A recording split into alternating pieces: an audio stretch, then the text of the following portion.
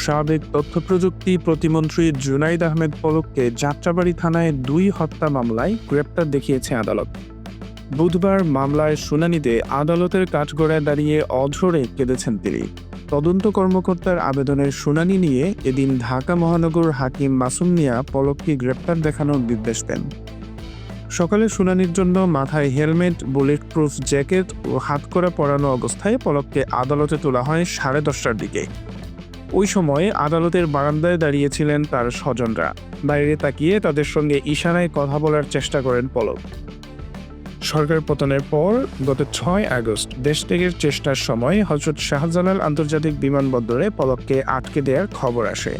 সেদিন দুপুরের পর বিমানবন্দরে কর্মরত কয়েকটি সরকারি সংস্থার কর্মীরা তাকে চিনতে পেরে আটক করেন।